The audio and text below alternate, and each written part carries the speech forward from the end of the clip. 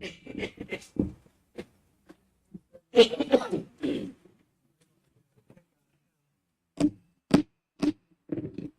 evening. I would like to call to order the Thursday, August 24th Receivers Meeting with the Public. Would everyone please stand for the Pledge of Allegiance?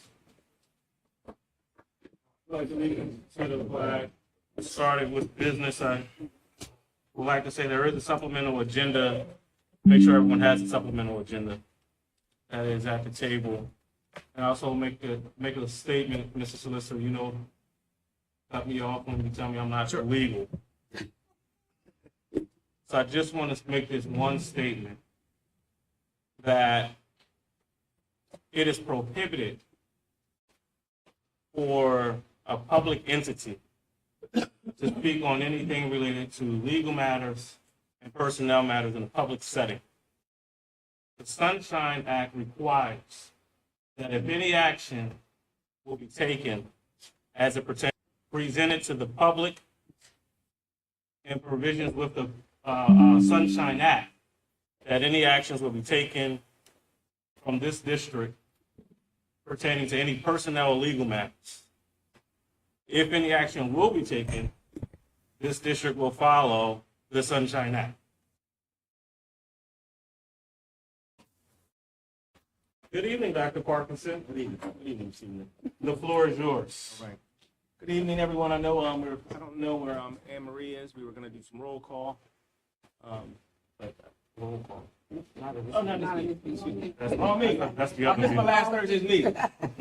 All right, we're good. So I'm going to do the receiver's report. So thank you, the superintendent's report. I want to say good evening to all those who are in the audience and school board directors, Receiver Nichols. I'm going to start with the superintendent's report. First slide, please. All right, opening day, we're very excited about our bell ringing ceremony that will take place on the first day of school, which will be September the 5th. I'm encouraging all of our audience members, all of our parents to come out. We're going to have clergy there. We will have representatives at each school. Administrators will be there to ring the bell and welcome our students. Let's make this a huge celebration as our students return from, I'm hoping, a wonderful summer celebration, some summer relaxation. We're going to come out and just celebrate our students. So please come out and be a part of ringing up the bell ceremony. Also want to make sure that all the parents know we are enforcing school uniforms this year. Again, we will definitely be enforcing our school uniforms. Again, as I stated last month, if there are any parents who are having financial issues or are having concerns, please reach out to your child's principal and we'll have a conversation about what we can do to provide some support. So again, opening day, September the 5th. We're looking forward to that day. Ring up the bell ceremony. Please come out and make sure your child is dressed appropriately in their school uniform. Thank you. Staffing, I want to provide a staffing update. We've had a great week. Dr. Sutton and the curriculum instruction team, the human resource department, all of the administrators who come out to welcome all of our new teachers. We've had 30 new teachers come to the Chester Upland School District. And when I went to meet with them this past Tuesday, I believe it was, I provided them with my sincere gratitude and appreciation. They could have chosen to have gone anywhere, and they've chosen Chester Upland School District, and we obviously have some new administrators here as well. Definitely very appreciative of all those who've come to support our students in this district. I say that teaching obviously is a very noble profession. It's a calling, and again, we're very appreciative and grateful for that. We welcomed them to our orientation this past week, and today it was capped off, and I'll speak to that a little bit later, capped off by a tour of the city of Chester, which I actually ended up missing. I was hoping to be on that tour, but I heard it was fantastic. Dr. Sutton organized the tour, but who's our tour guide? Dr. Davis, thank you. Dr. Davis, I know was someone from our district who actually led that tour, so I want to say thank you to Dr. Davis for facilitating that tour for all of our new teachers and new staff members. I want to next speak to the establishment of a recruitment board. Myself, I will be identifying 3 individuals who will be a part of this board, and the teachers union will be identifying three individuals who will be a part of this board. And one of our greatest focus is bringing in, attracting new talent to the district, focusing on recruitment ideas and plans. So this board will get together and create a plan. We will create what we want this to look like, how we will welcome our new individuals, and how we'll attract new talent. So this board will be made up of 6 individuals, or maybe more, but that will be taking place soon, so there'll be information about the establishment of the recruitment board. And next, I just want to provide a staffing update of where we stand. Again, Dr. Pless and her team has been working extremely hard and diligently to make sure that we have teachers in all of our buildings. Starting with Toby Farms, we are in need of just 2 teachers, math and science. And I believe I called Dr. Pless today, and she was on an interview with a science teacher, so as working up to the hour for Toby Farms. So we're excited about that. Chester High School has 0 vacancies. Stetzer has 0 vacancies. Edgemont Scholars Academy has 1 vacancy, and that's a music teacher, and that's a new resignation. That was a very recent resignation, so we're hopeful that we'll fill that position relatively soon. Coosa Elementary has 0 vacancies. Main Street, 0 vacancies, and right now we have STEM with 3 vacancies. That's a Spanish teacher, science, and music teachers, and again, interviews are still being conducted. So our hope and prayers that by the start of the school year, all these vacancies will be filled. And, I know Dr. Pless and her team will continue to work hard to make that happen. All right. Curriculum and instruction. Convocation will take place on August the 29th. All staff will report at 8 o'clock a.m., where we'll be provided with a hot breakfast. Convocation will take place from 8 to 10 a.m. We're going to have Principal L, who will come and provide our keynote. Very motivational individual. He wrote a book called I Chose to Stay, out of Delaware. Focus is really on, providing teachers with the support, the encouragement to come and do this great work on a daily basis. So the teachers are in store for a wonderful morning with Principal L. We are also going to have some students present who will provide their motivational speeches to the teachers. And we have I think that's going to be a skit that's performed by some of our students as well. So again, convocation, we're looking forward to that great day on August 29th. There's some professional development areas of focus we'll focus on ALICE training, curriculum guidance, and there will be school-specific training, professional development that will be tailored to each school. This evening, you'll hear from some of our principals regarding the comprehensive school improvement plan. So there'll be a presentation provided by 4 of our schools in the district who actually have CSI plans, so you'll hear more about that information from the curriculum and instruction team. Next, we're going to talk about facilities. So there's been a lot of work that's taking place in the Chester Upland School District this past summer. Hopefully you can see the remnants, you can see the work that's taking place even in this room, the floors.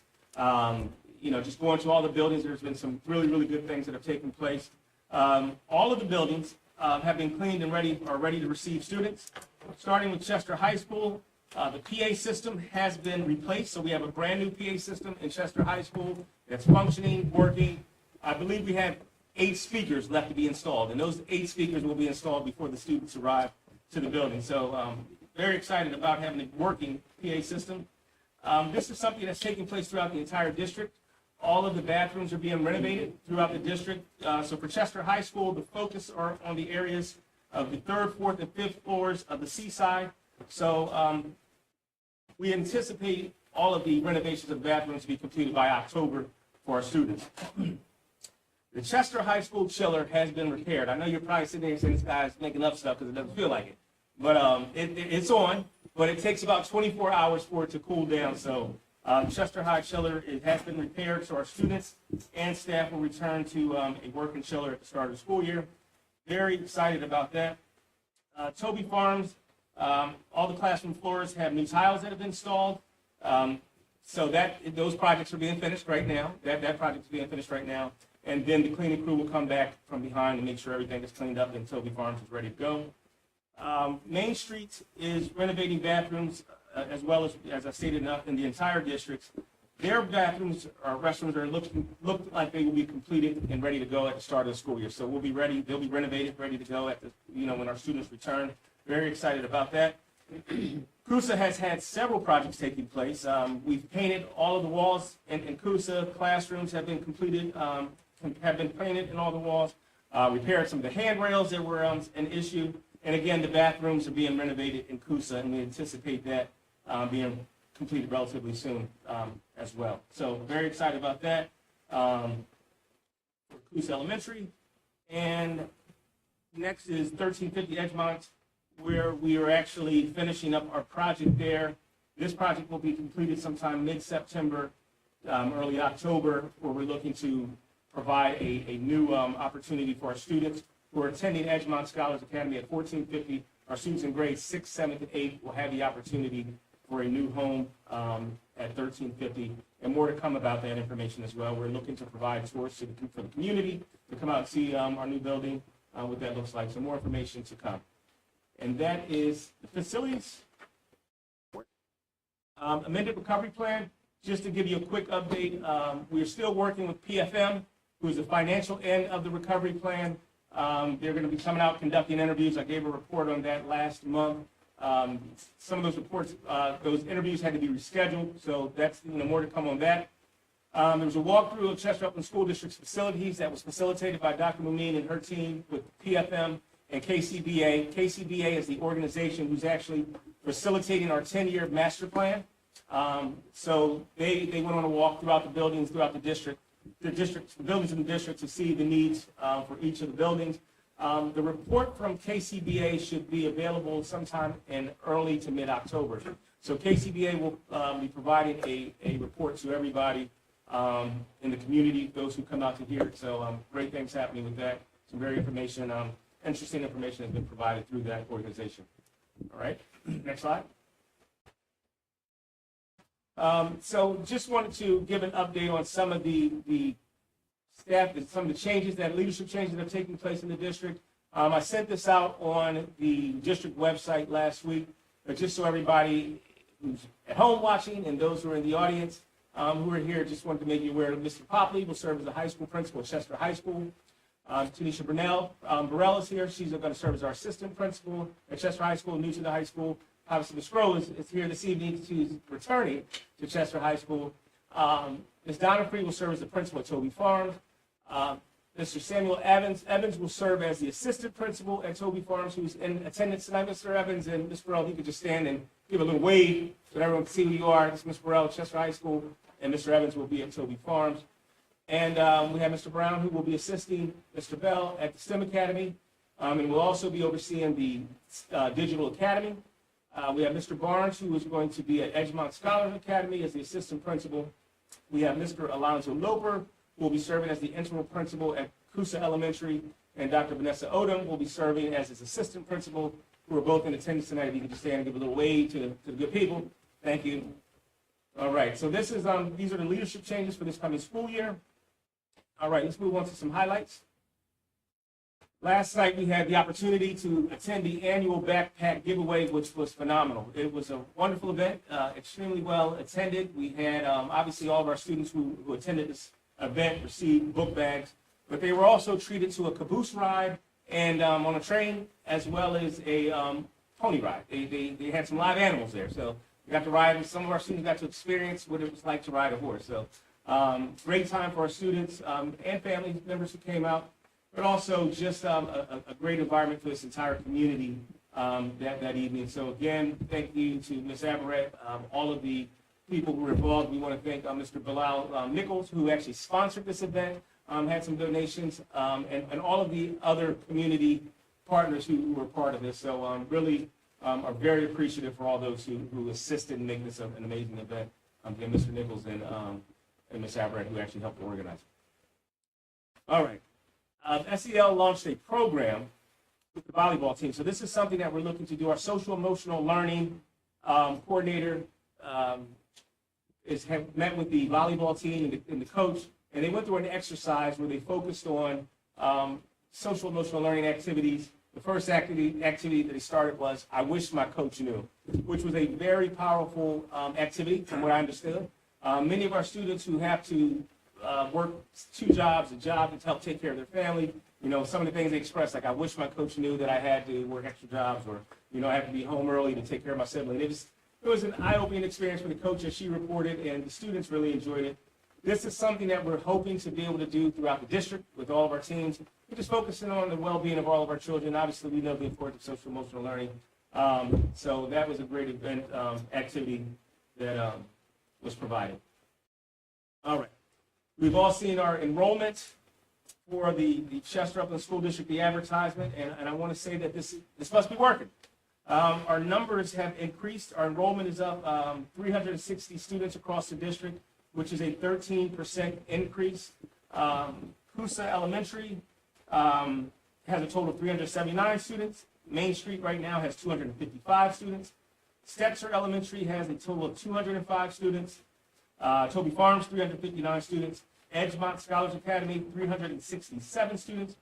STEM Academy is 367 students as well. Chester High School, 721 students. And our digital enrollment right now, Digital Academy enrollment is 100 students. So, thank you for all the hard work that everyone is doing in helping to increase enrollment and attract students to the Chester Upland School District. All right, so school events coming up. Our first varsity football game will take place this coming August 26th. As I stated earlier, convocation will take place August the 29th, and September will be our first, September 5th, is our first day of school, where we will have our bell ringing ceremony, and the expectation and the hope that we'll see all your lovely faces there, welcoming our students back to the school. And that's it. Thank you, Stephen Nichols. Thank you, Dr. Parkinson. I would like to say, we're telling the truth about the air conditioner. They literally finished the repairs today, flipped the switch, but a building this size really takes about a full day for it to cool off. So I was up there, it's on, it's working. That's what I left you at 5 o'clock, I came here. It's on and it's working, it just takes some time, so the next time we all are in this room, it will be much cooler. You all will be cooler tomorrow, principals and staff in the school. I know you'll call me if you're not. So we're making it work. There's also, I apologize about, we tried our hardest to have a link of all of the ESSER projects, before and after pictures, videos of the construction for the community to see this evening.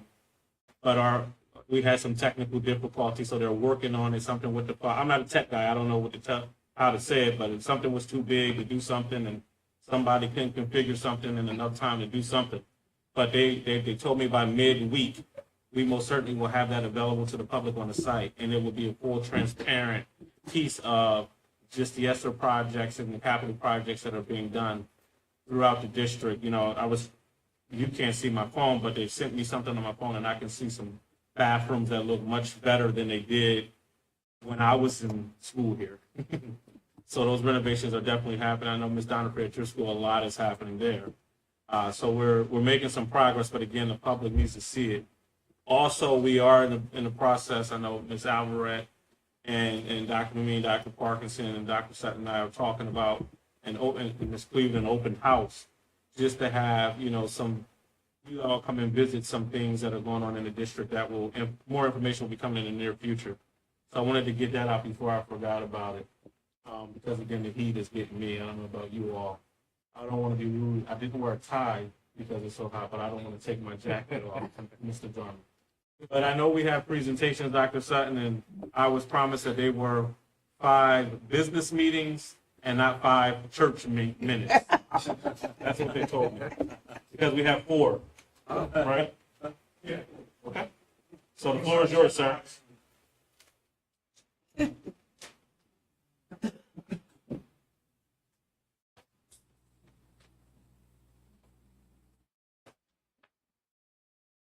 Good evening, everybody. Good evening. High School, and this is Dr. Mohammed Burrell. She's the new assistant principal of the high school. Yeah, we will be presenting on behalf of Chester.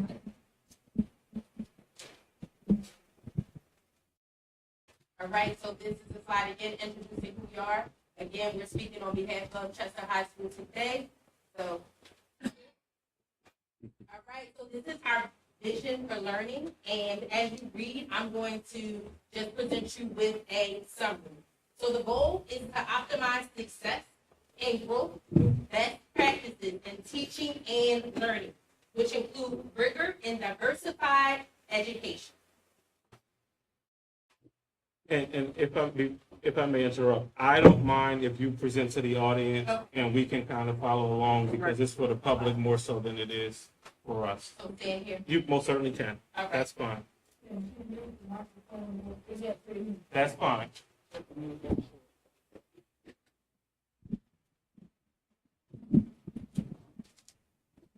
All right. Got it. Thank you so much. So today, right now, I am presenting you reading data from spring of 2022-23 school year, so the end of last school year.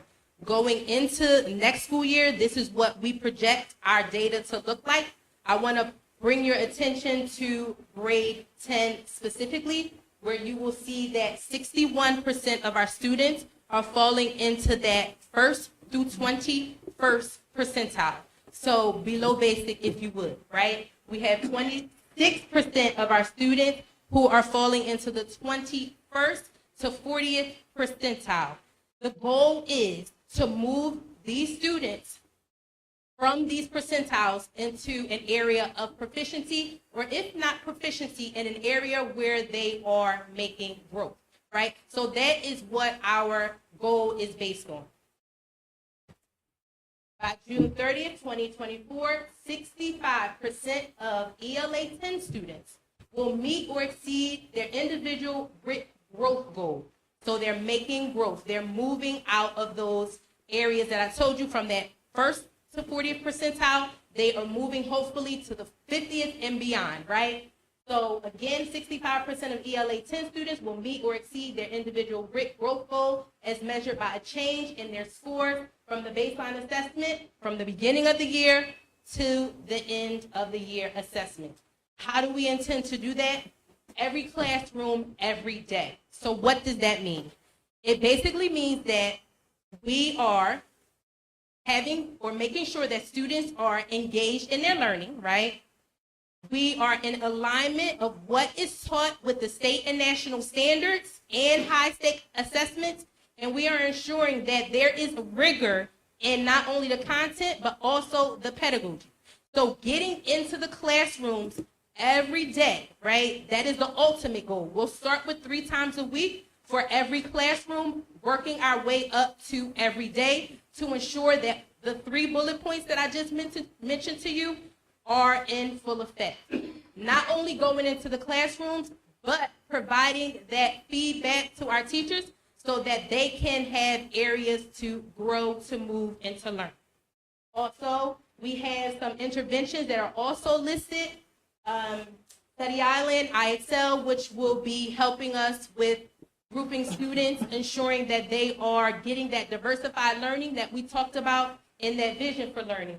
And we will make sure that the Chester Upland School District instructional protocol is being utilized because that will help with that rigor for pedagogy.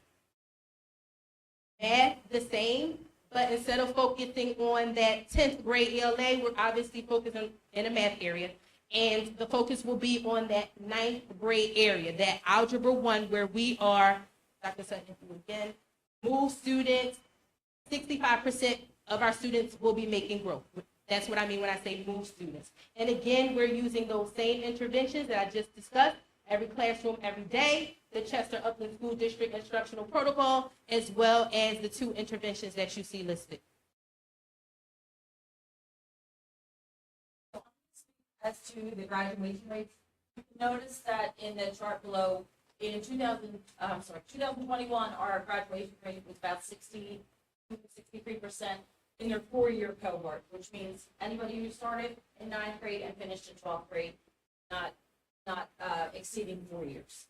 So in the school year of 2022, that had dipped down to 46%. We haven't received the rate from this year, what the 4-year cohort was. And then we're still waiting on from PDE to get that number. But our goal for the end of 2024, which would be next year, to have 55% of our students be on track with that 4-year cohort and graduated in those 4 years. And we're going to use our intervention Check and Connect, which is designed to show students early warning signs of disengagement from outs or dropping out of school. So it's our goal as the leaders of the building to be in there and be readily available for all the students, all the families, all the staff to ensure that our students are staying in that 4-year cohort and assisting in any way that we can. And then these are some of the obstacles that we've had. The checks were absences, latenesses, and some barriers hindering presence and attendance would be some of our students were working overnight jobs and were getting off late. They were dropping other siblings off to their schools and taking care of home, basically. So in order to do that, we have different mentorships that we're working at, with mentor programs, and our truancy department we're working hand in hand with Justice Works. We met with Korea and making a change group today to come up with some more assistance and some more interventions for our students. The academic performance is to review current course averages, make sure all students are aligned and appropriately graded, have our counselors go through each student's transcripts with a fine-tooth comb to make sure that they receive every credit that they should have received when they started the school. And the connect part in that piece is the academic support. We're going to, the tutoring programs, homework assistance, digital learning, again, mentorships, and different credit recovery programs that we're going to run. And then as far as the behavior, compliance with the uniform policy is big this year in the high school. We're trying to alleviate suspensions, reduce the suspension rate, and we realize that there are extenuating circumstances. A lot of times when our students come in the building, they have so many other things on their mind. So our goal is to help with that social emotional development. Yeah, provide them the academic support, do some mediation that we've been doing, behavior contracts, do drug and alcohol counseling if that's needed. And just again, being readily available for our students, which is big. And then our goal for attendance is that 40% of all students at Chester High School will demonstrate regular daily attendance. And what we mean by regular daily attendance is 95% of the school year, they will be in the building in Chester High School from 7:30 until 2:30. So our goal is at 40%. And then we're going to use the check and connect strategy as well, because that helps us show the early warning signs and things like that. And our areas of focus this year at Chester High School are teaching and learning, make sure all the appropriate instruction is given for all students. If stuff needs to be differentiated, make sure that that's happening. So the leadership team plans to be in the classrooms a lot more. Climate and culture, make sure all the policies and procedures that we've been working on all summer, make sure that they're being adhered to by staff and students. Uniforms, that our students are in uniforms. And then we have that single school culture, that everybody's one, that what's good for one person is good for the next person. And then just be operationally effective, which is big with us. And then for staffing purposes, make sure that there's a lead teacher for every classroom. And thank you to Dr. Plus, and her team, who has fully staffed Chester High School this year for the start, which is, I think, first in a long time. And the high school leadership team just really plans to be available and proactive and, assist the families, the Chester High School family, whatever's needed. Thank you. Thank you.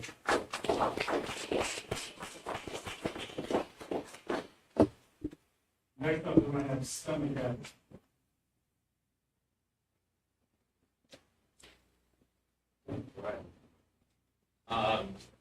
So thank you, I guess I'll stand, where should I stand, Ms. Arnold? Right here?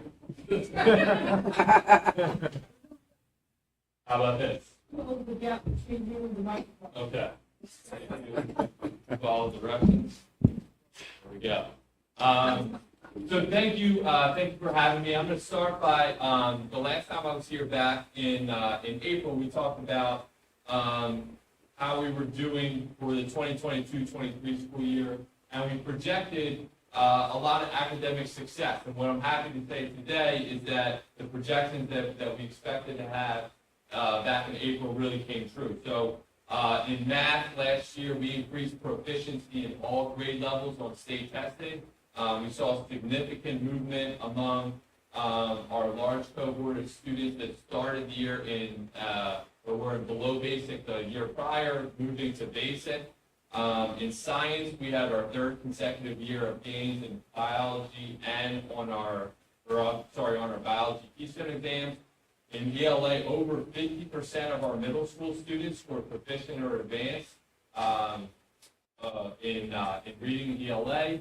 And overall, we have significant evidence that we had growth across all of our content areas moving into the 23-24 school year. So as we build our CSI plan for this year, we really wanted to lean into the strategies that we thought were really effective in getting those numbers last year. So our goals for this year in math, our goal is 75% of our Algebra 1 students will exceed their RIT growth goal, which is aligned with PBOS, or our state growth measure.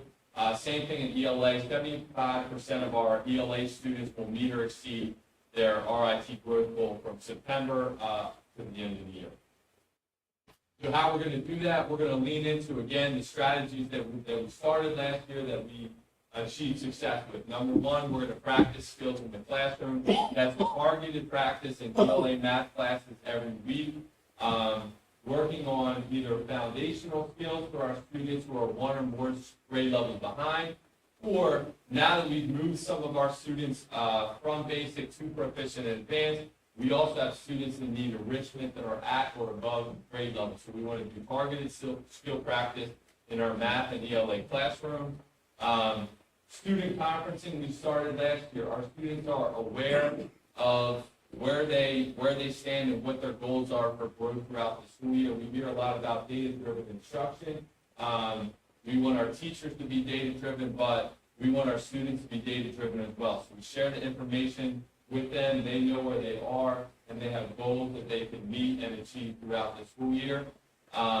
And our last strategy, vocabulary. Vocabulary is key, not just in ELA class, but we feel like vocabulary is crucial in all content areas. So our teachers are going to be utilizing the same vocabulary strategies in ELA class, social studies, science, and math. We really want to develop our students' content-specific vocabulary skills throughout the different content areas. Our attendance goal this year, 70% of our students will exceed the standard for regular attendance. We're happy to report that we did meet our attendance goal last year. 77% of our students met that standard. We increased our average daily attendance at STEM by 10% over the previous year, over 21-22. So again, we're going to try to build on our success from last year. We want to address the chronic lateness that we saw last year. So our areas of focus are on-time arrival. We want to hold students accountable for being in class and being in school every day. And we want to have a targeted support system so that our counselors, our climate managers can identify the students that need assistance getting to school every day, make sure that we're doing everything in our power to help them be successful. And then finally, our career standards goal, another goal that we did last year. Every single one of our 11th graders met their college and career standards benchmark. We achieved that with one-on-one counselor meetings from the beginning of the school year. We had regular college and career workshops for our students, cross-curricular planning to our teachers. We're highlighting college and career activities in their classrooms. And myself, our administrative team, met monthly with our counselors to make sure that we're hitting checkpoints throughout the year and that our students are getting all the college and career readiness that they need. So what we're going to do in 23-24 is continue those effective practices, and we're really excited this year to be working with Chester High School. Our counseling teams will be working hand in hand to make sure that again, we're hitting our college and career benchmarks, that our students at both schools are having the same opportunities to visit schools, to meet with different career opportunities, and we're sharing those opportunities throughout the school district. Thank you. Next up, we have Toby Barnes. You're gonna say the best for last. Thought I was next, but I guess I'll go next.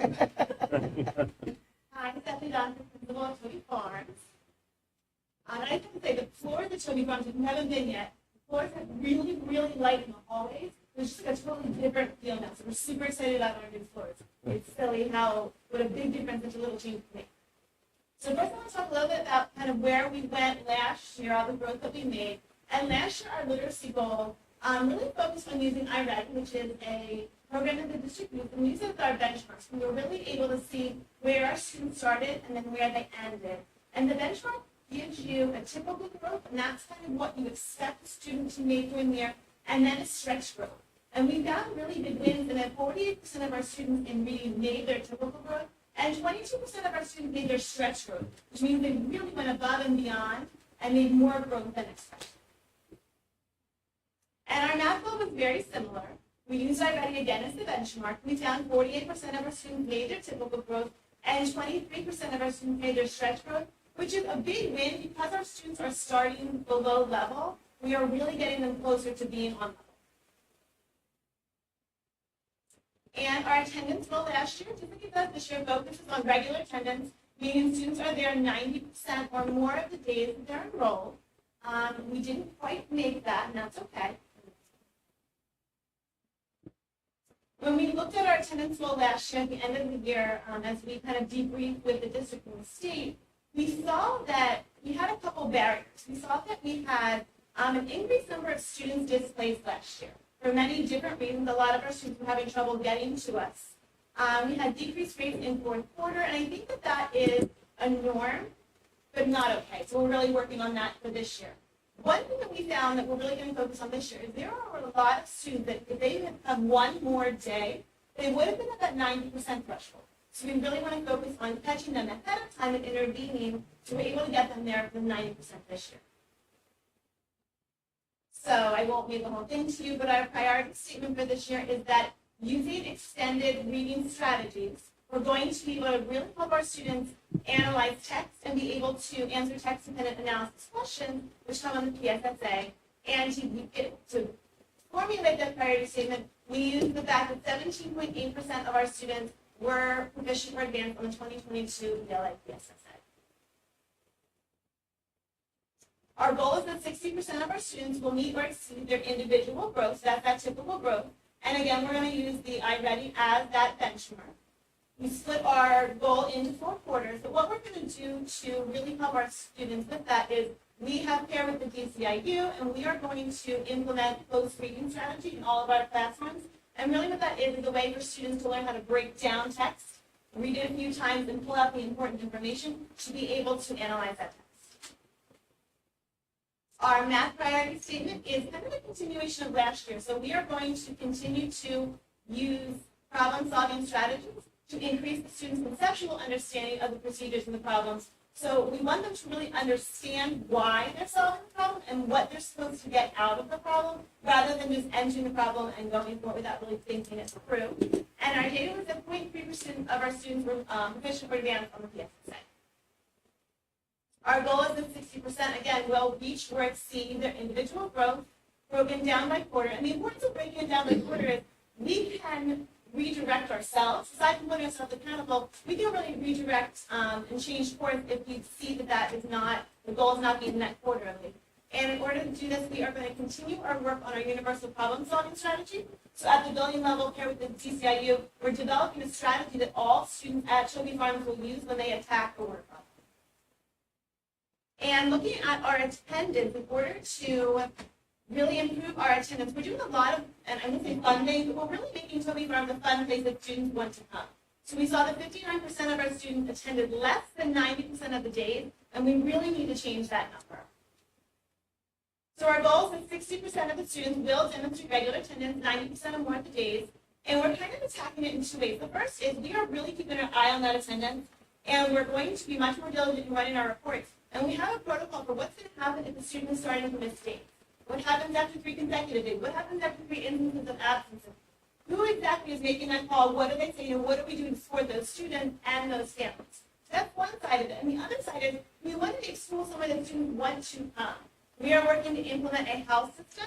And what that looks like is that when a student comes in 6th grade, they'll be assigned to one of our 4 houses. They'll be a member of that house all the way through 8th grade. What that does allows us to do a lot more inter-grade work, so the 8th graders can become those leaders for the 6th graders.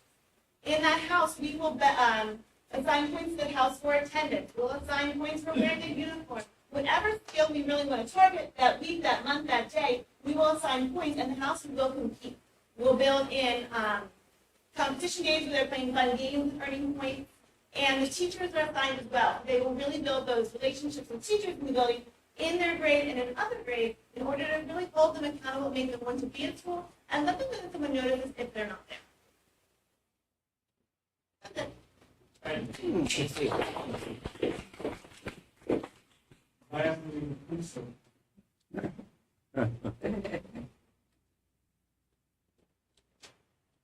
Good evening, everybody.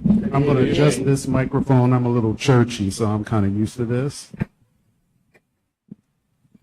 My name is Alonzo Loper. I'm the interim principal at CUSA. This is Dr. Odom. Why are you hiding behind the camera, Dr. Odom? She's the assistant principal. We are a new team working together at CUSA. However, we've been working together for about a year and a half as the former instructional coach and the assistant principal at CUSA. And before we get started, one of the things we've been talking about is we are the School of the Arts, and now we have the leadership who we have a dancer and a singer as leadership at the school.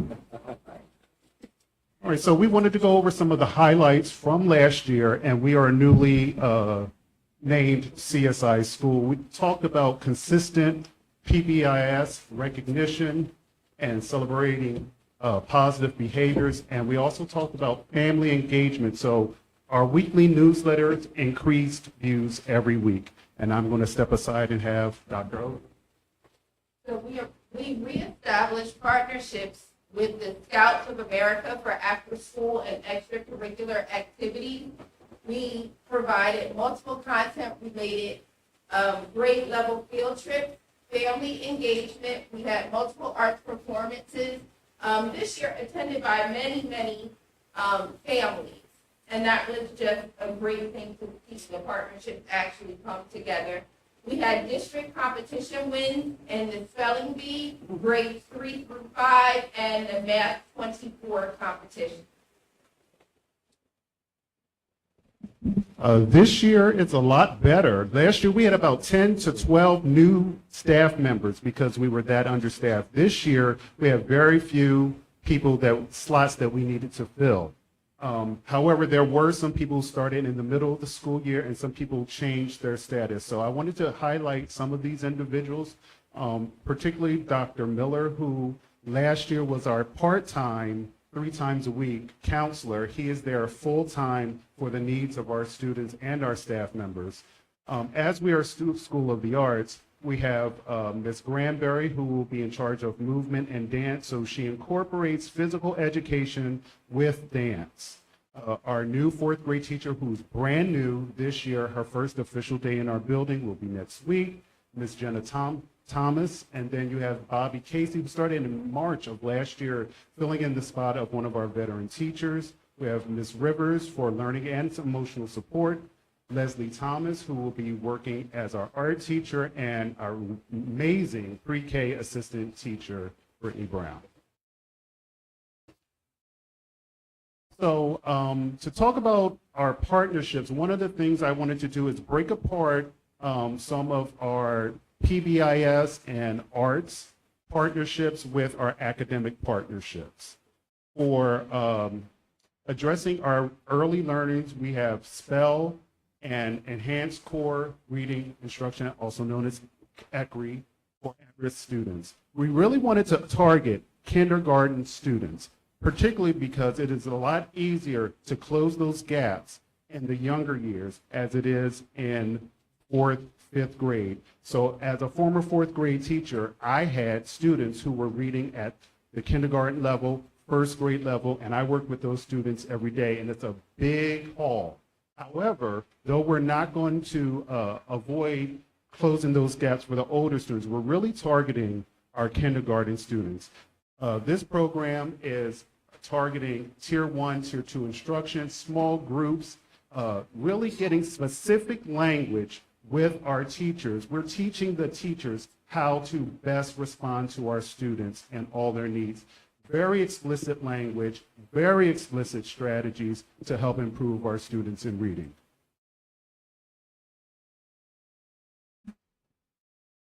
As we are an art school, we do have partnerships in both academics and the arts, and we are introducing integrated arts into our programming, and we want to be more centered when we do that. So in the areas of fine art and mentoring, we have reestablished our partnerships with Walnut Street Theater, Kimmel Center for Performing Arts, National Theater for Children, PA Ballet.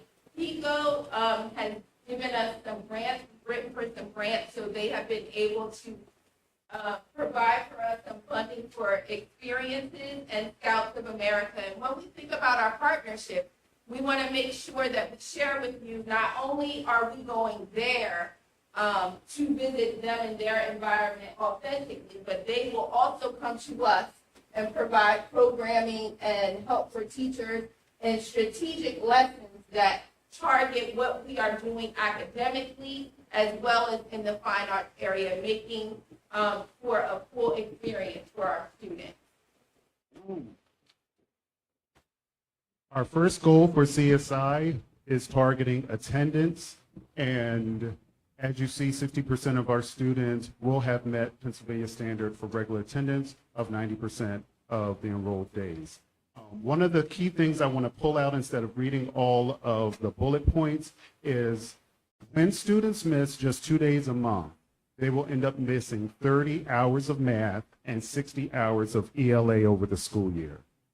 That's an incredible amount of time. So if we can just cut that down maybe to 1 day a month, how much learning can happen in those classrooms? And how are we doing that? We have multiple family and student extension activities and field experiences, which Dr. Odom just reviewed, and also incentives for the students to want to come to school. And I know in elementary, it's not up to the student, it is up to the parent. So last year, we started doing some things where some of these incentives were tied to instruction, were tied to behavior, were tied to attendance, and we started to see the attendance improve. I've had a few conversations with some parents, and I believe we're on the road to recovery. And I think no one wants their child to be left out of a fun activity. So we're hoping that this is going to help us meet our target. We have early and aggressive targeted interventions from day one. We're going to have these discussions.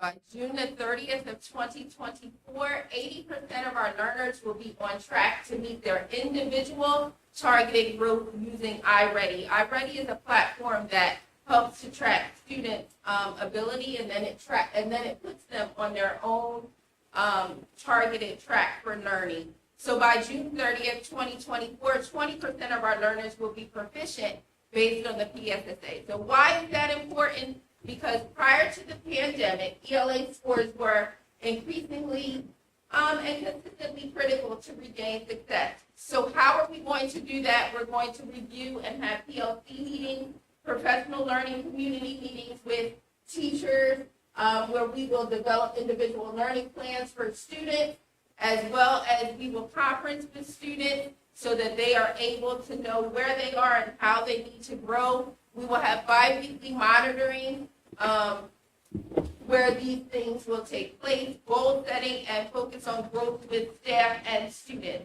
So not only will we unite with staff and students, but that information will also be given to families where they will be given the support they need in order to make these goals successful.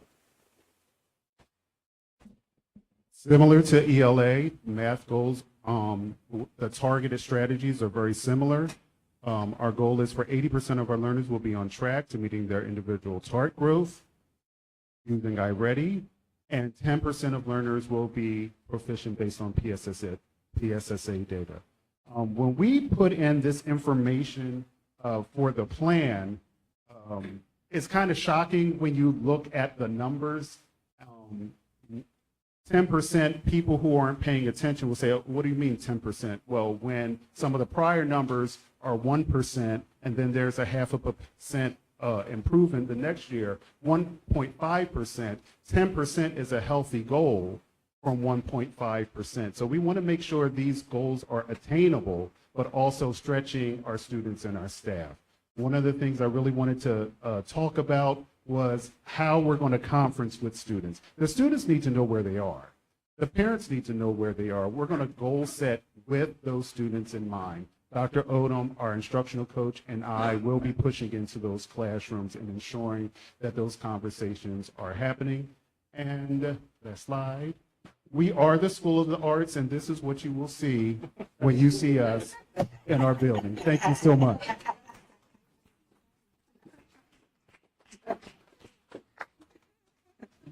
Thank you to all of our principals and vice principals for those presentations. I do know we are required by law to have those plans posted to our website. I believe they're there now, if I'm not mistaken. I don't know if you want to put the presentations up for those who may want to see them, because the plans are up, but not these presentations, right? We can post the YouTube video. What if the video's fine? You're right, Dr. Sun.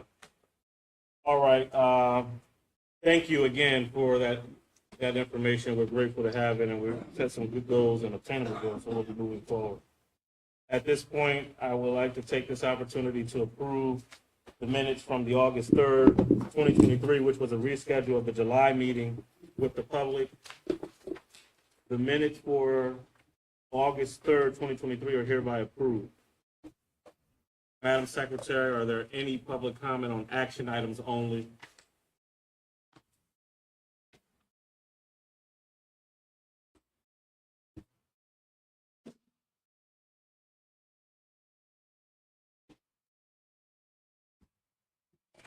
Thank you.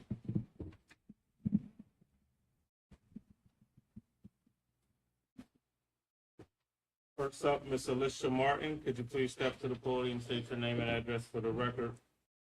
You have 3 minutes to pose your question. Alicia Martin, 321 East 20th Street. Action item 812, 7,500 for the speaker for convocation. I know that he's a award-winning speaker, but we couldn't find anybody to. Just giving them back of our monetary situation. 813, which is the agreement with St. Francis University, the 25% tuition reduction for employees. Is that just for the associate's degree and the bachelor's degree? What happens to the employees who have already obtained their master's? Do they get the 25% as well? B12, the salary range for the district recruiter. Me being in HR, I just find that to be a little low. For you to even get a hit on anyone who's going to apply. C1, what is the goal to collect the back taxes that is owed? And G15, the quote that was received for the cleaning supplies, that 21,000, is that for the year for the district?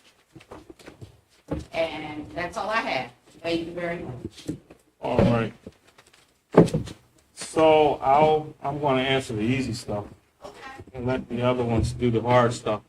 As it relates to the back taxes, we do have a program in place to collect back taxes currently where on or about every April, what we do is we have a company called Municipal Revenue Services. They pretty much assess the taxes, the delinquent taxes that are turned over to Delaware County, look to see what's collectible in the time period, and they cut the district one large check. So last year, we received a little over $2 million. The prior year was over $4 million. And the projections are going to cap out and average out at about $2.5 million a year in delinquencies. For the last tax year, we did collect at a higher percentile than we had in the past. And right now, based off of tax collections that have just come in the month of August, it looks like we're kind of trending how we were last year. So that's the plan to collect delinquent taxes. They are aggressive third party that does it. The hard stuff, you guys got the rest. 'Cause, honestly, I don't know. I don't know if you want to talk to, if you want to talk about the speaker that's coming for convocation. I know, I'll just say this, and Dr. Parson, you can definitely go into detail that it is a normal practice in other school districts for a speaker to come in and, of course, pay speaking engagement. I do know that we are a financially distressed school district, and that dollar amount is $7,500 that is being taken out of a grant, of course, but you still have to offer, some commentary so Dr. Parkson can get into that. So yeah, Principal L, as you stated, is a world-renowned speaker. Wrote a book. I chose to stay, focus on urban education. Can relate to our teachers. Definitely can relate to our students. YouTube, Google him. Very, very well-known individual. And $7,500, it does appear to be a lofty price tag, but I can tell you that was significantly discounted from Principal L. There were other speakers who we had reached out to who were requesting upwards of $15,000 to $20,000 for speaking engagements. You know, we felt as though the past 2 years I've been here as a superintendent. First year I was a keynote speaker because I was brand new. I know they don't want to hear from me this year. This past year we had our students who spoke, which were phenomenal, and we're actually going to have our students speak again this year because I think our students serve as great keynote speakers. But as Receiver Nichols has stated, many districts open up with a motivational speaker. I felt like we needed a little extra oomph this year. You know, this was a tough past year. I feel as though Principal L is going to come and bring the house down. He's going to have the teachers motivated, encouraged. Our job as the administrators is to keep that encouragement and that energy and that fire that he brings that day, living and burning for the entire year. So I would say that based upon motivational speakers, we got a great deal, and it may not sound like it. I know we are a financial distress district, as Receiver stated. This is coming from a grant. We have had a surplus in this grant area that's for professional development. This is considered a PD, this form of the opening day.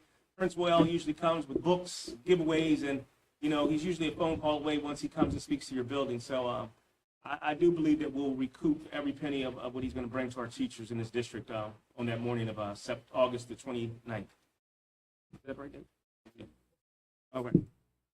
In the agreement between St. Francis University, I don't, Dr. Sutton, I think that's something that you work on about the master's level students. I think that's just all they were offering at the time, if I'm not mistaken.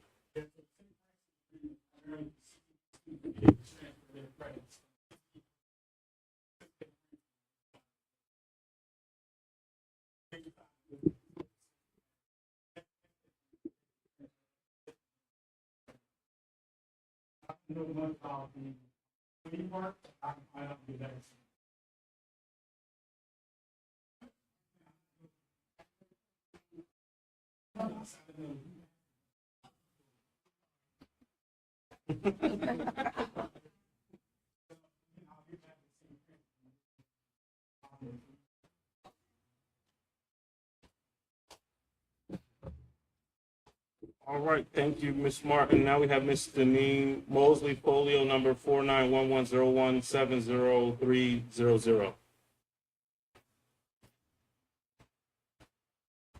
Thank you. Good evening. My first question is on A5. I wanted to ask if that is a partnership that is, I guess, like a trial partnership, and if it's successful, can we have that same type of relationship in other schools? I did look at the LEA commitment.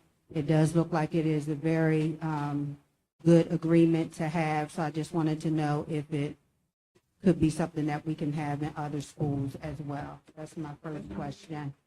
A5, yes, the spell program that he touched, the principal touched on lightly. Second question, statement is for B1. Just want to say thank you to Dr. Pless and her team for the numerous new hires last month as well as this month. C7, I wanted to ask, has there been a change in the scope of responsibility or service hours? And if not, can this contract reflect last year's amount versus the increase? And also, C8, that renewal. Last year, Chester Upland School District purchased equipment for this vendor as well. And I see it's listed for Chester Upland School District to purchase equipment again. And I'm wondering, why do we have this practice of purchasing equipment for a vendor that's requesting to be paid $10,000 a month? I feel they should be supplying their own equipment And also, it states that they're requesting to be paid the first of the month. And with a service provider, payment should be rendered after services are received. So there should not be any contract being paid on the first of the month because no services have been rendered. So I'm asking if that contract really can be reconsidered or tabled, because I don't see why we're purchasing equipment for a vendor that we're paying.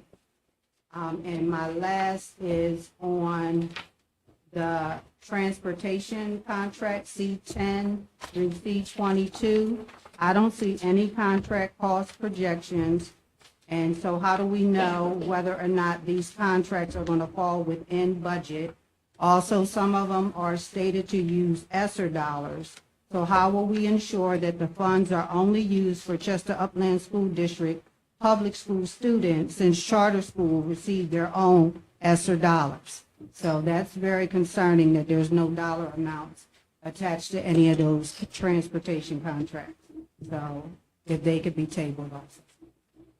And Ms. Mosley, on that one, I do apologize because I know what was presented to me had dollar amounts in it. Dr. Molina, I'm not putting you on the spot, I don't know if you want to talk to it. I know that your team, the ESSER team, Mr. Garnett, I was going to introduce you in a moment, but Mr. Garnett, our transportation coordinator, had a meeting. There's a spreadsheet that I do have in my possession, and it just to your point about the ESSER dollars, what could be used, I think it was, we had allocated $275,000 in ESSER. We didn't, the transportation for the summer didn't meet that mark, so it is lower than the allocated amount. But we also have a spreadsheet that took off the invoices and the vendors that invoice us separately for what was charter school and the fuel, because ESSER will not pay for charter nor fuel. So we can only pay for those services rendered. But again, for transparency purposes, I would like for us to have that spreadsheet put out to the public, because it is a spreadsheet that has a breaking out. Before you vote, this, you're voting. So, I mean, it's a problem to print out the sheet after the fact, if you're saying transparent. Somebody can go print it, so those dollar figures. Could you do that? Could someone get that? Posted. No, she's like now. And then also, some of those are contracts for next year too, so I don't know if it's broken out. All of that is broken out. What is the I summer feel like that programs? needs to be known before And y'all again, vote. I apologize because the way that it's presented to me, I guess I had the actual resolutions, it is broken out that way. So what I saw, it doesn't, yeah, as I'm looking here now, it does not. Okay. Those were my questions.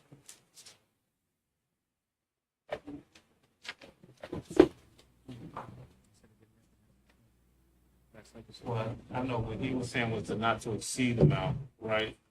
I'm thinking about when Ken sent the contracts back, he said something about as long as it wasn't the not to exceed. The not to exceed amount. I know you guys talked to him last night about that. So the entire transportation. So each contract specifically, it has the equal amount, like how much per student, but you wouldn't actually know when to fluctuate. So as students get enrolled, they unenrolled, so it fluctuates, but the entire transportation budget for all of our contracts is not to exceed 5.1. So you don't want to put it for each specific contract, and then one like 5.1, 5.1, 5.1, 5.1, so the overall budget is 5.1. So I guess, Mr. Solicitor, I'm asking your opinion as to how this should be presented. If that is the approved amount and all of the contracts can't exceed that amount, what is it we have to do here? Well, I think if you're saying that it's not going to exceed, you're not really committing to a dollar amount at this point. You're just saying that you are committing that it's not going to go beyond a certain. Correct. So, I mean, I think you're in a position that you can take the vote. Okay. They're going to print some stuff, but we'll get it up. Ms. Mosley, you had a presentation of agenda items to give you a response.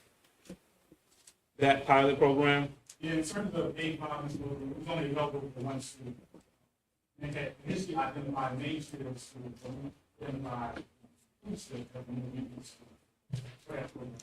Along with that program comes a $2,000 grant over the 3 years. The assistant professional development. But it's only available. I'm sorry. We didn't ask, they approved us. True, but we just bought some last year. Why would we buy more?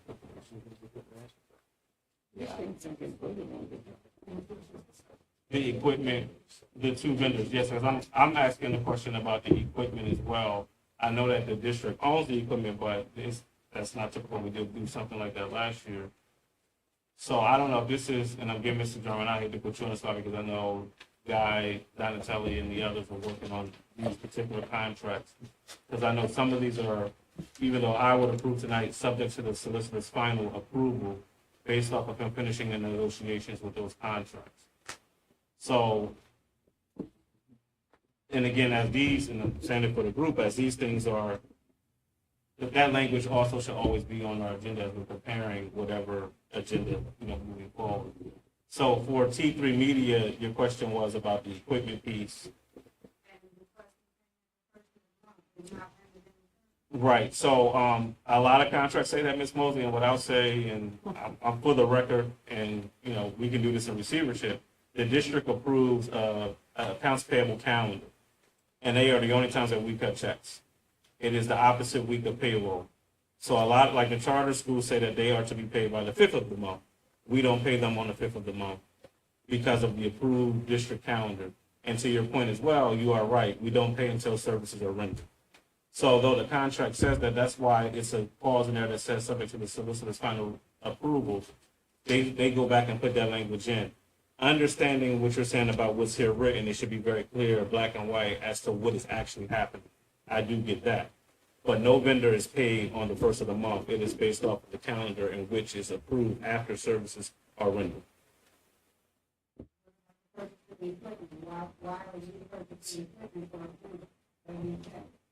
That's a good question, and I know that came up before. What I reviewed didn't have that in there, and I do see that it's here now, so we need to address that. And I'm not going to put the vendor on the spot, but that is something that, if approved tonight, we most certainly will table that portion of it for the record and amend it to that effect, because we shouldn't be buying. I've always said that. I don't know why we would buy equipment for a vendor that, render services. Well, my recommendation would be to table for now. Let me look into it while we're here, see if we can get to a resolution. So we will table action item A, B, C. Oh, boy, C7. My ABCs. C7. C8, I'm sorry. Have the invoices separated out, but we have to create an Excel document. We don't have an Excel document to share right That has them separated out. now. The document that you, Separated out because that's how we have it. Payment application. but, so that's the one that we sent to Ms. Helms. The 10 items. Oh, that's just the, Right. gotcha. And the That part has to be done in charter and district, okay. Mr. General, I need to say not to exceed the $5 million subject to actual services Render, per vendor, something like that. we can amend it to say that, yes. And the obvious, I say, we're looking at our budget, so that's the actual budget that we have to do. So it can't exceed, so all of these contracts combined, they're not the two, for long, because that's what our actual budget that we're approved by the state. Right, and the item has been no dollar given, thank you. So can that be stated? in That can the be- motion? Yes. That can be stated with the approval, yes. Thank you. All right, Ms. A. Jean Arnold, 2601 McCary.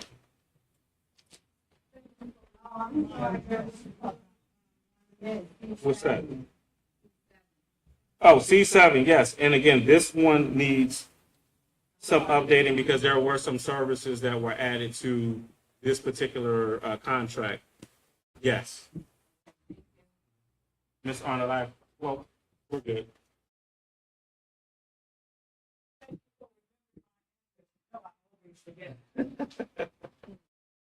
Thank you so very much. Thank you, principals, for your reports this morning, here I go, this afternoon.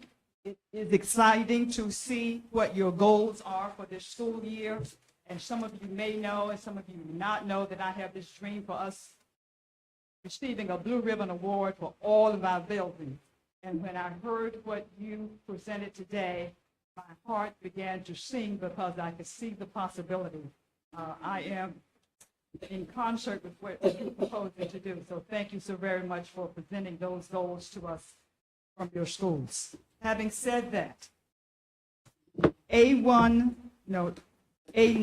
to A11 seems to have some contracts for outsiders, and we seem to be spending almost $3 million in total for these services. The question is there, or can we consider possibly hiring some of these people to provide our services rather than outsourcing that much money to other vendors? That's A9 through 11.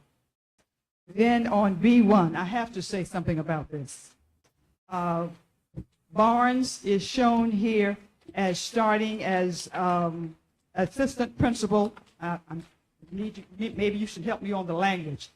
Assistant principal, August 1 at Edgemont. The last time we had Mr. Barnes' name on our agenda was interim principal at STEM effective July. So it sounds to me that he may have been this interim principal at STEM for a month, and now maybe he's not, according to public records. My concern is whether or not you can help us understand what has happened. I heard your introductory comments this afternoon about what the Sunshine Digital Academy. I have some knowledge about the workload for Digital Academy, and I'm really, really concerned about time and commitment that Mr. Brown will be required to do as an assistant at STEM and still do due diligence with the digital for that program. I don't see how that can happen, and I'm concerned about whether or not we really understand that workload that we have assigned to him. And then my third item has to do with D13.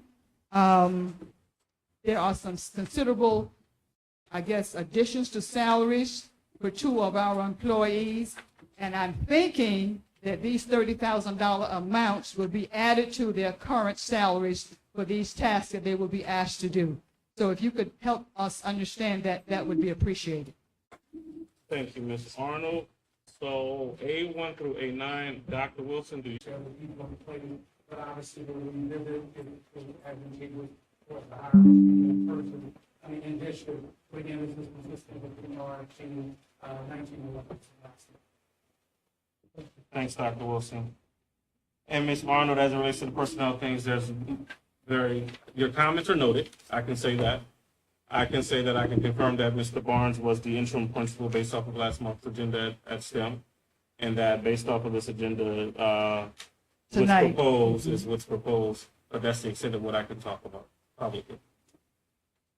As it relates to the ESSER, this isn't the first time that we've done this for these individuals. There are dollars set aside for ESSER leads where individuals lead those projects. These 2 individuals do lead those projects. It does come out of the ESSER grants. It is within the parameters of what is allowable in that particular grant, these amounts. And there was one thing that is losing me right now. When monitoring came, when the ESSER monitoring came, the way that I guess we had it in the past wasn't the appropriate way. We didn't capture everything. I know Ms. Mosley, when she was here, she did correct that. And when I mean capture everything, so when you put that salary amount in, we also should budget for the payroll taxes and all that, so that they aren't actual like medical benefits. When you see benefits, it's the things associated with those salaries that the district is also responsible for to encompass it all. So those recommendations and everything came from the ESSER monitoring that came in from, the state and the federal government, but this is in line, and these individuals are doing the work. They are monitored by, outside entities.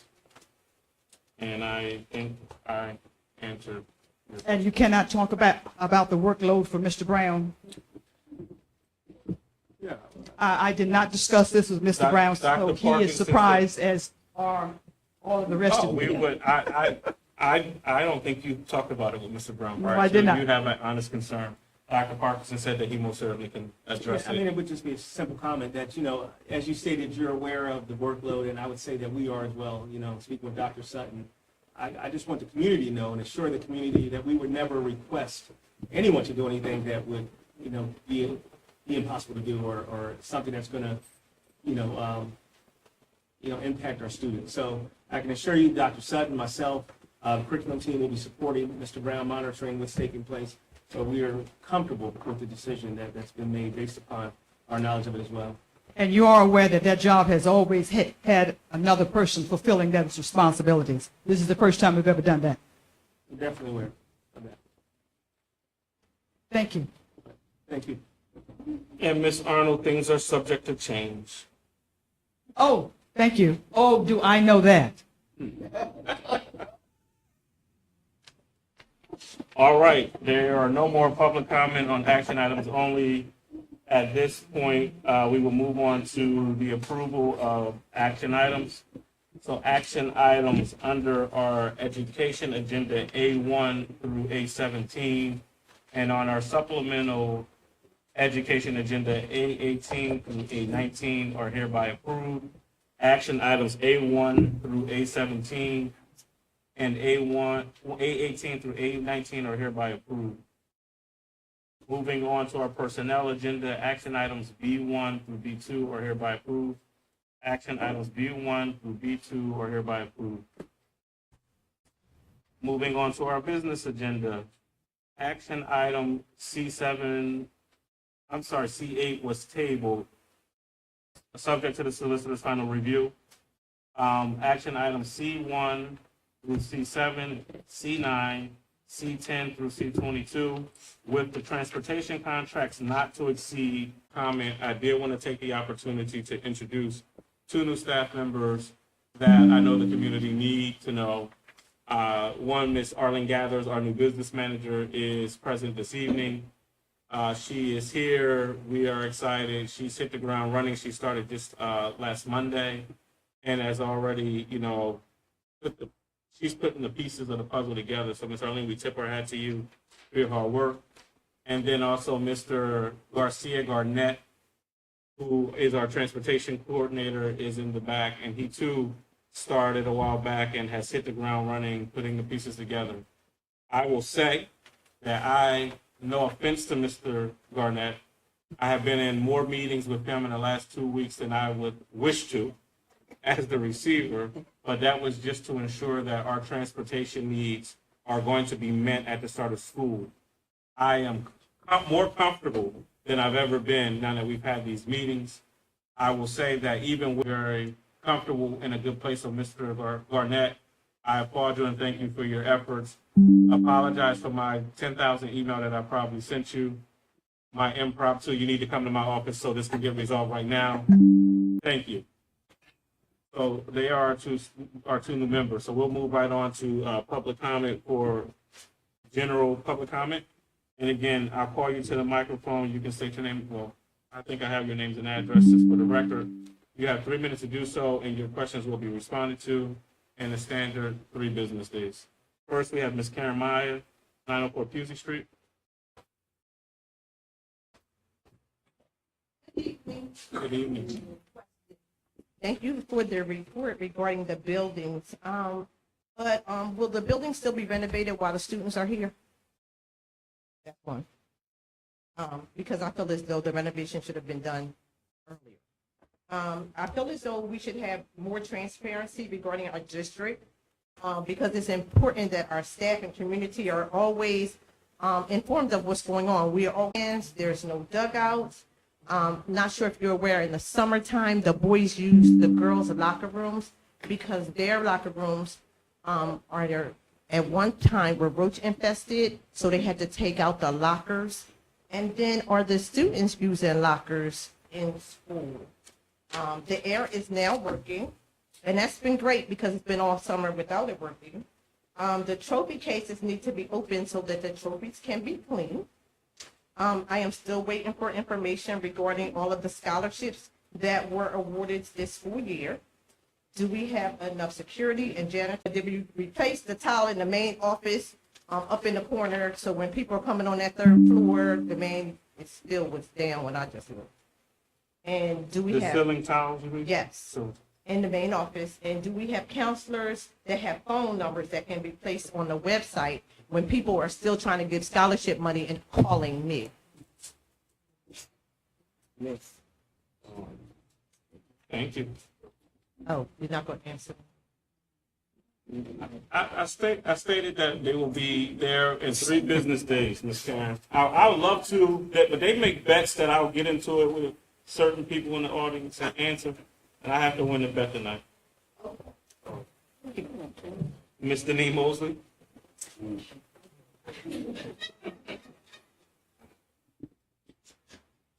But locker rooms, I will say, are a part of the bathroom renovations that are happening. And I know Chester High, they are focusing on those areas, but things will be happening. The locker rooms, I think they start in October, if I'm not mistaken. Ms. Mosley, I apologize. It's okay. My question is, have we received our actual PSSA data from the state for 2022-2023 to measure against our internal data collected through iReady? And if we can at next month receive like a comparison to how we did the year prior to last year to what we did with iReady. Also, are all student schedules completed? I did pose that last month, and I do have your response on the community questions, but it was still stating that they were being worked on as of 8/3 response. Are all student schedules completed? I think that one should be answered. And then my last comment is, when the presentations were made, I really feel that the Chester High School graduation rate at 55% and attendance goal at 40% is extremely low. I feel like we need to revisit that. And there's an elephant in the room. And what I'm asking you to think about is, how are you going to deal with that elephant? I heard what you said tonight, but it still needs to be dealt with. And so I will leave it at this, but I think that we seriously need to figure out a way to let the public know what has been happening, given the talk. I'll say it that way. I'll leave it like that. That's very, very real, sir. And I think you already know that. I just wanted to say that to all of you who have asked for these jobs and roles. And I implore you to give us a different result. I'll leave it like that. So, having said that, I have asked 4 times for a budget in the CTE area, and I still have not gotten a budget that included the communication technology department, if you will, in that budget. So I'm asking again that we address that. The floor plans that you attached for 1350, when I asked the question last month and you provided answers, sir, I appreciate it, but I have some confusion here, because here again, talking about the elephant in the room, I've been hearing people talk about a middle school being situated at that address. The plans that the architect drew talks about early childhood learning and nothing about a middle school for the first floor. So I bring that to your attention, maybe for you to talk about or provide some clarity on at another time. The Gates Scholarship, I had sent some notes about that, and I still have not heard whether or not we have really had a session with the parents and the students who are eligible for that scholarship. Every receiver, every receiver has to do oversight of the charters. And so I'm asking again, sir, if we can see reports this coming year for your oversight of the charters. And for repairs for the different schools, I heard some comments about that tonight. What I would like for us to do is to really still talk about the $30 million bond that we floated, what we've used it for, and what our plans are for the public. Just as we had the wonderful principals give a presentation on what they're doing, I am still asking if we could provide time for you or some other people here to talk about that bond and how it is progressing. I think that is Oh, the other thing is, last summer, we had like a domino effect where we were going to move Coosa to STEM and STEM to the basement of Chester High. And we got through that. We know how that happened. This year, we have a domino effect again of people being moved around. And now we are looking at the Sunshine Law, which is prohibiting us from hearing a full discussion about that. What I'm saying to you, sir, is that I'm concerned about a pattern coming out of administration. That was very unsettling last summer, and what happened this summer is very unsettling. So again, whatever you can do to really think about what's happening internally with administration would be helpful, because some of us are feeling a little bit traumatized. And I want to say that to you, sir, because I want you to be successful. Hear me, please. God knows I want you to succeed. I appreciate you, Ms. Arnold, and I know that. Thank you. All right. There's nothing else. This meeting is hereby adjourned. Thank you. Did you want to go on?